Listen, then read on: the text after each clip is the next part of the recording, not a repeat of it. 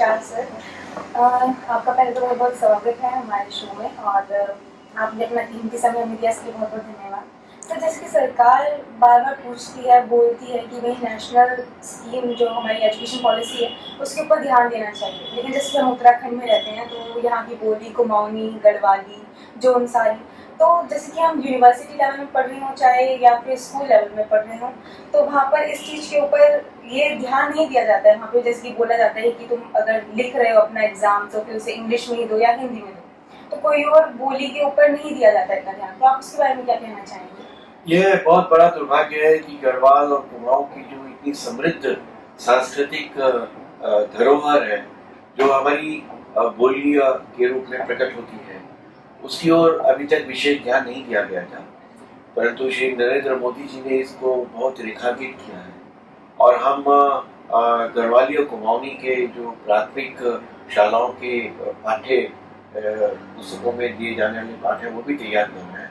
हम चाहेंगे कि यहाँ के सभी विद्यालयों में गढ़वाली और कुमाऊनी का परिचय दिया जाए और देश के विदेश के काफ़ी प्रसिद्ध यहाँ पे विद्यालय हैं।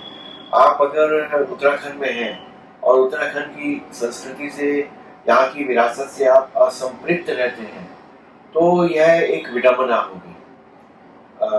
नई शिक्षा नीति में इस पर जोर दिया गया है, जैसे मैथिली है, ब्रज है, भोजपुरी है, यहाँ की गढ़वाली है, कुमाऊनी है।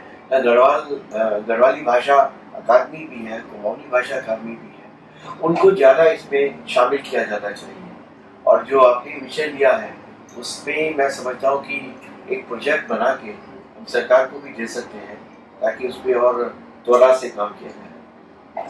तो उसके लिए किस तरीके से बच्चे जो है अपनी रुचि दिखा सकते हैं, आप कुछ बताएं इसके बारे में? बहुत ही दिलचस्प इसमें पुस्तकों का चयन होना चाहिए, पुस्तकों का निर्माण होना चाहिए। भारत को यहाँ के बौद्धिक जगत ने बहुत असफल किया और अब मोदी युग में जो एक औपनिवेशिक दास मानसिकता से लड़ाई चल रही है, उसमें यहाँ के बौद्धिक योद्धाओं की बहुत तीव्रता से आवश्यकता है।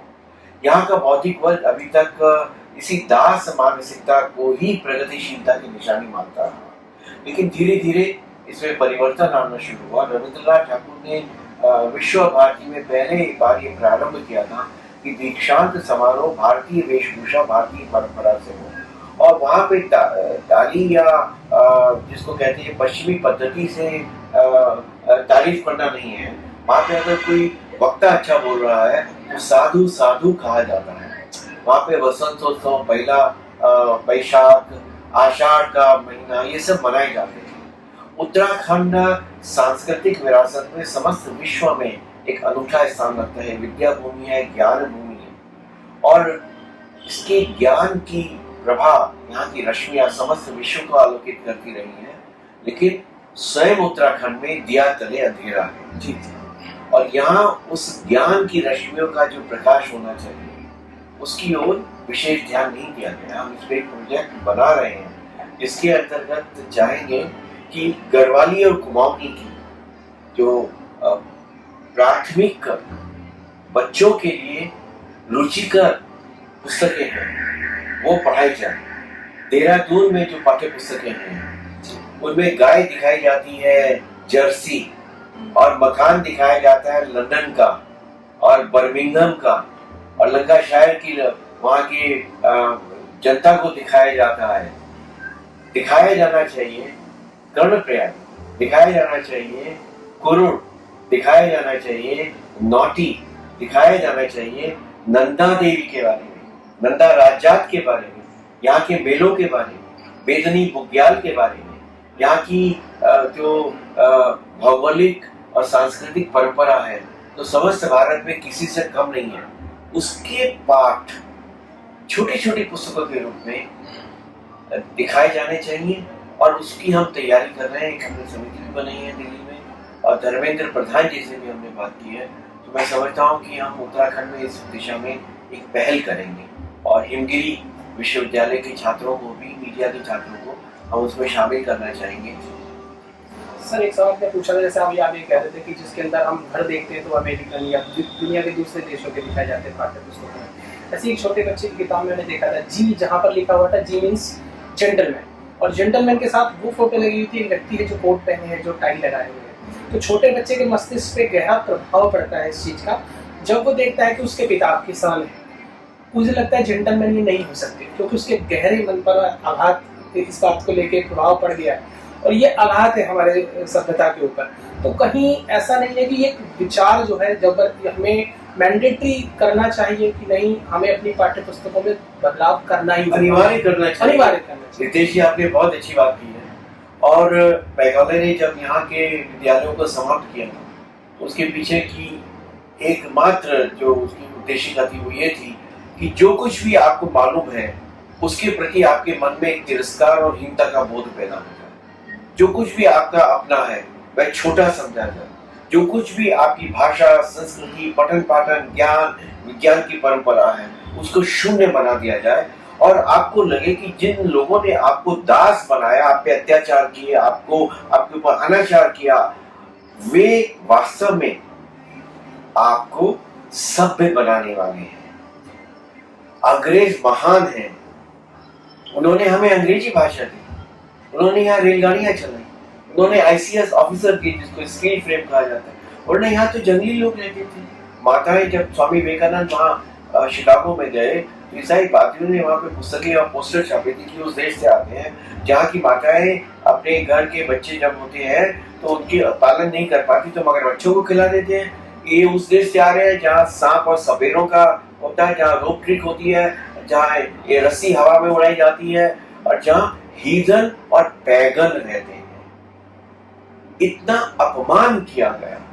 तब स्वामी विवेकानंद ने हिमालय की तरह से खड़े होकर शिकागो में जब कहा था sisters and brothers of America, तब लोगों को पता चला कि जिस देश के बारे में ईसाई पादरी इतना अज्ञान फैला रहे हैं उस देश से तो उन्हें शिक्षा लेने की आवश्यकता। अंग्रेजों के आने से पहले समस्त भारत 90% शिक्षित साक्षर था। धर्मपाल जी ने 30 वर्ष लंदन में रिसर्च करके पुस्तक लिखी है द ब्यूटीफुल ट्री, और ब्यूटीफुल ट्री में भारत कितना शिक्षित था, कितना प्रत्येक गांव स्वावलंबी था, स्वायत्त शासित था, प्रत्येक गांव में विद्यालय होते थे, वहां पे ज्ञान और विज्ञान की शिक्षा दी जाती थी। ये वो भारत है जिसने ज्यामिति दी, जिसने रेखा गणित दी, जिसने शून्य का आविष्कार किया, जिसने अंक गणित दिए, जिसने न्यूमरल्स दिए। जितने अंक है वे इंडियन न्यूमरल्स कहे जाते हैं, और अरब में उसको हिंद से कहा जाता है कि हिंद से आए। लोगों को गिनती नहीं आती थी। लैटिन में तो वो क्रॉस बना बना के अगर 1 लाख लिखना होता था तो उन्हें 18 अक्षर लिखने पड़ते थे। केवल हिंदुस्तान दुनिया का एकमात्र देश है जहाँ के ज्ञानियों ने अरब, शंख, नील, पद्म यहाँ तक की गिनती दी है जो उनको आती ही नहीं थी। तो जो देश इतना महान रहा हो गणित में, विज्ञान में, यहाँ पे 2000 वर्ष पहले ऋषियों ने सिद्ध किया हो कि सर्वे दिशायाम सूर्यः सूर्यः सूर्यः, प्रत्येक दिशा में सूर्य एक नहीं है। अंग्रेज तो ये मानते थे सूर्य केवल एक है। तो वह अंग्रेजी के कारण महान कैसे होगा? अंग्रेजी तो दासता का तालाब लगा गई। और जिसने ये बताया कि जो यहाँ सबसे अधिक सांस्कृतिक परंपरा और सांस्कृतिक समृद्धि के सम्राट हैं, वे सबसे ज्यादा दरिद्र, कंगाल और सबसे ज्यादा असभ्य और देहाती हैं। देहाती पर्यायवाची हो गया असभ्य होने का। लेकिन मैंने एक बार कहा कि यहाँ गीत किसको आते हैं? गांव वालों को। संगीत किसको आता है? गांव वालों को। रंगोली बनानी, त्योहारों पे किस प्रकार का त्योहार करना, कौन से रंग लगाने किसको आता है? गांव वालों को आता है। परंपरा किसको आती है? गांव वालों को आती है। घर के रीति रिवाज किसको आते हैं? गांव वालों को आते हैं। भारतीय वेशभूषा पहनने में सम्मान कौन महसूस करता है? गांव वाले करते हैं। मिट्टी की सुगंध किसके पास है? जो मिट्टी को देख के पता चल जाता है कि इसमें उर्वरा है कि नहीं है, वो गांव वाले जानते हैं। गांव वालों को ही अपने गीत मालूम है। शहर अंग्रेजी जानने वालों का है तो उनके पास क्या है? गीत के नाम पर बॉलीवुड है, संस्कृति के नाम पे बॉलीवुड है, वेशभूषा के नाम पे लंदन और जर्मनी की एक फुहर नकल है, और परंपरा के नाम पे केवल उनके पास पश्चिमी देशों का क्रिसमस या कोई ट्री लगा देंगे या आपका डिस्को कर देंगे, इसके अलावा कुछ आता नहीं है। जिनके पास न परंपरा है, न संस्कृति है, न रीति रिवाज है, न अपना गीत है, न अपना संगीत है, न अपना नृत्य है, वे पढ़े लिखे और सभ्य मान लिए गए। और जिनके पास सब कुछ अपना है उनको गंवार कह दिया गया। यह दास मानसिकता है। इस दास मानसिकता के प्रति युवाओं को विद्रोह करना होगा। जो काम विवेकानंद ने प्रारंभ किया था वो हमें अभी करना है, और ये नरेंद्र मोदी कर रहे हैं। जो आपने देखा जनपद को कर्तव्य पथ उन्होंने किया, सुहेल देव का उन्होंने किया, नेवल का उन्होंने इंसिग्निया बदला, और शिवाजी की जो अष्टमुद्रा है इससे लेकर किया। वरना तो नेवी का जो प्रतीक चिन्ह था वह क्रॉस था, क्रिश्चियन क्रॉस ऑफ जॉर्ज जिसको बोलते हैं। और अभी भी कुमाऊं रेजिमेंट का जो आप देखेंगे जो प्रतीक चिन्ह है वो एक शेर है, जो लंदन का शेर है, वो उसके हाथ में क्रिश्चियन चर्च का क्रॉस बना हुआ है। वो भी हमें सब परिवर्तन करना है। तो मैं समझता हूँ हिंदवी विश्वविद्यालय के जो छात्र हैं वे सही दिशा में चिंतन कर रहे हैं, और आपका चिंतन हमें दास मानसिकता से लड़ने की ऊर्जा देगा, और हम भारत में भारतीयता का एक उदय देखेंगे। नमस्कार, मेरा बहुत प्रतीक्षा हो रही है।